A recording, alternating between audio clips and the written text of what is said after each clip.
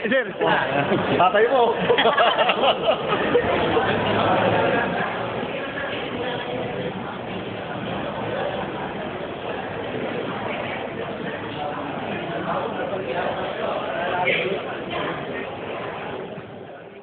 Dito sa Pilipinas, anong feeling na nadala mo ulit yung titulo mo? Siyempre, masaya-masaya, sir.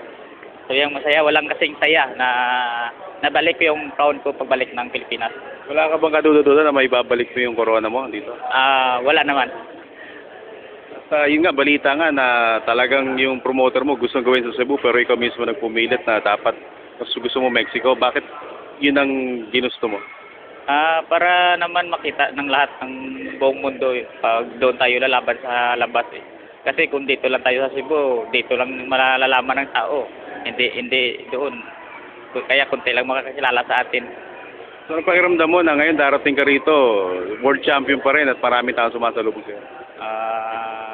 Sayang-saya talaga ako na ganito talaga yung pagsalubog sa akin pagdating ng Pilipinas. Okay, at meron ko gusto pasalamatan?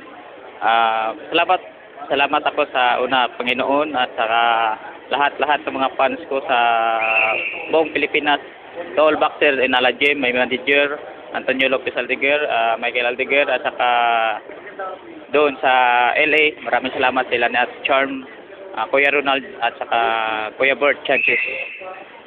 Maraming salamat talaga sa inyong tulong sa amin. At especially kay EJ Banal, maraming salamat din sa kay EJ kasi siya nagbabantay ng time doon. Maraming salamat.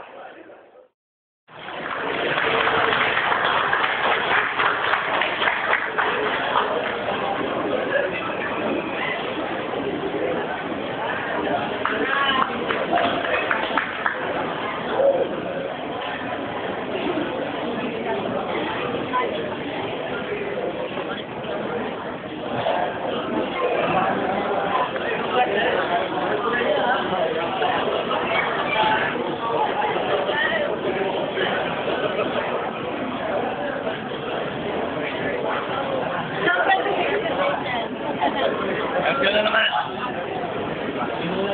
Pinoy. Pinoy.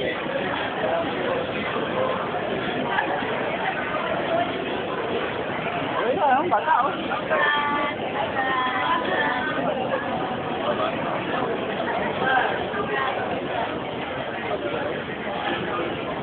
Di ba? Yun. Yun.